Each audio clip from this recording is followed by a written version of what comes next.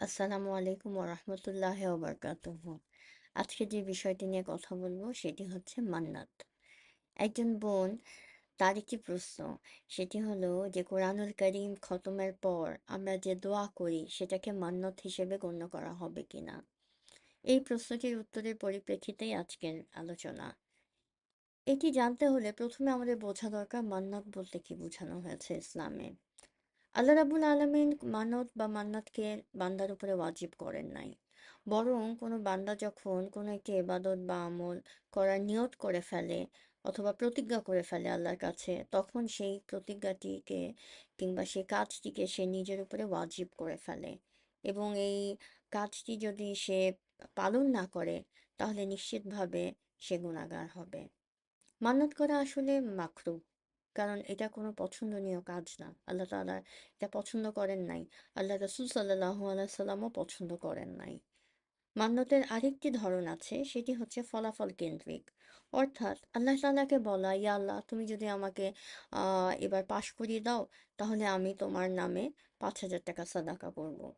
আপনি যদি আমাকে সুস্থ করে দেন তাহলে আমি 10,000 টাকার ফকির খাওয়াবো। আল্লাহু আকবার। এই যে এই ধরনের একটা চ্যালেঞ্জ করা আল্লাহকে, যে আল্লাহ আপনি একটা করেন তাহলে আমি আর একটা করবো, এটাও মান্নাতের আওতাধীন পড়ে। কিন্তু এগুলোকে ভীষণ রকম নিরুৎসাহিত করেছেন রাসূল সাল্লাল্লাহু আলাইহি ওয়াসাল্লাম তার বিভিন্ন হাদিসে। আমরা আব্দুল্লাহ ইবনে উমর রাদিয়াল্লাহু আনহুর কাছ থেকে বর্ণিত একটি হাদিস পাই, সহিহ বুখারী 6608 নম্বর হাদিস। সেখানে তিনি জানাচ্ছেন যে রাসূল সাল্লাল্লাহু আলাইহি সাল্লাম মান্নত করতে নিষেধ করেছেন এবং বলেছেন মান্নত কোনো কিছু ফিরিয়ে দিতে পারে না। মান্যতের মাধ্যমে কেবল কৃপণদের কিছু সম্পদ বের করে আনা হয়। সুবহানাল্লাহ। তার মানে হচ্ছে এই মান্যতের মাধ্যমে মাঝে মাঝে এটা আসলে আল্লাহ তাআলার তরফ থেকে একটা শাস্তিও বটে যদি কেউ বোকার মতো মান্যত করে ফেলে।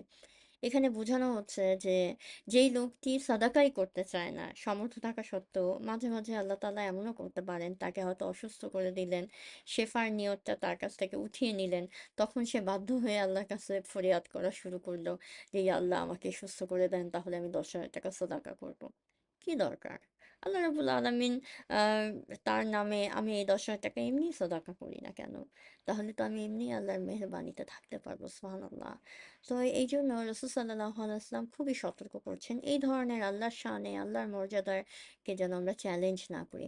আল্লাহ কারো মুখাপেক্ষী না। আমরা যদি নফরমানির কাদার মধ্যে ডুবেও থাকি, গুনার মধ্যে ডুবেও যাই, আল্লাহ তাআলা তাতে কিছুই যায় আসে না, বিন্দু মাত্র যায় আসে না। কিন্তু আল্লাহ তাআলা আমাদেরকে বড় ভালোবাসেন।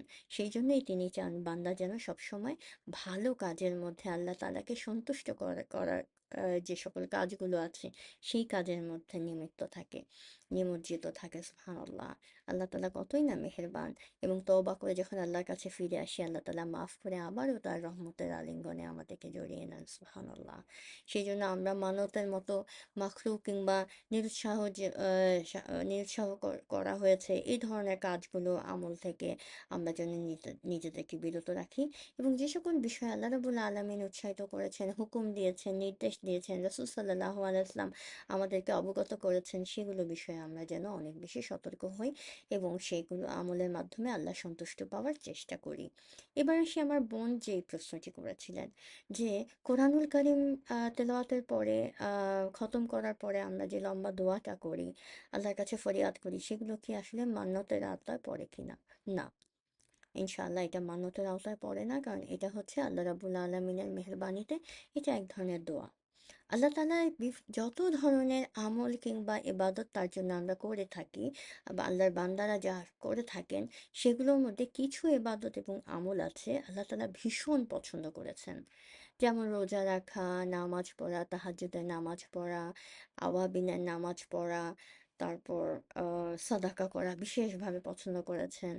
এই সকল যে আদবগুলো আছে, এই সকল আমলগুলো আছে, সেই আমলগুলো করার পরে আমরা কি করি? আমরা একটা বিশেষভাবে দোয়া করি, তাই না?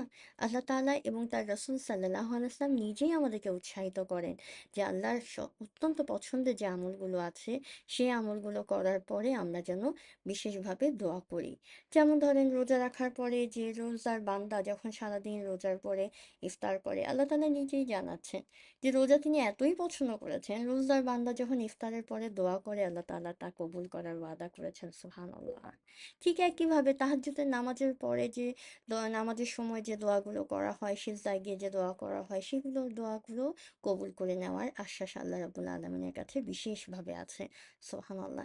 ঠিক একইভাবে কোরআনুল কারীম তেলাওয়াত কিংবা খতম করাটাও কিন্তু আল্লাহ রাব্বুল আলামিনের অত্যন্ত পছন্দনীয় একটা ইবাদত।